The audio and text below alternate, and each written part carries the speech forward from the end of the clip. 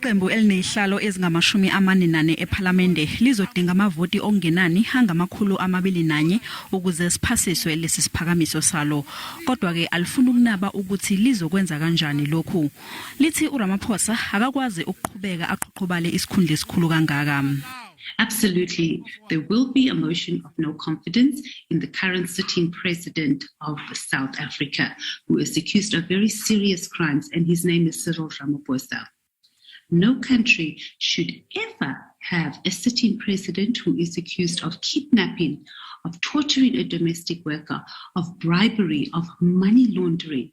Iphini likaMengameli we-I-EFF uFloyd Shibambu lithi uma leli qembu selibuyela ephalamende sizomchitha lesi siphakamiso uRamaphosa.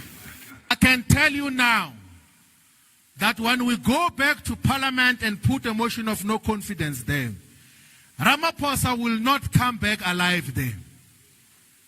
He will not be a president.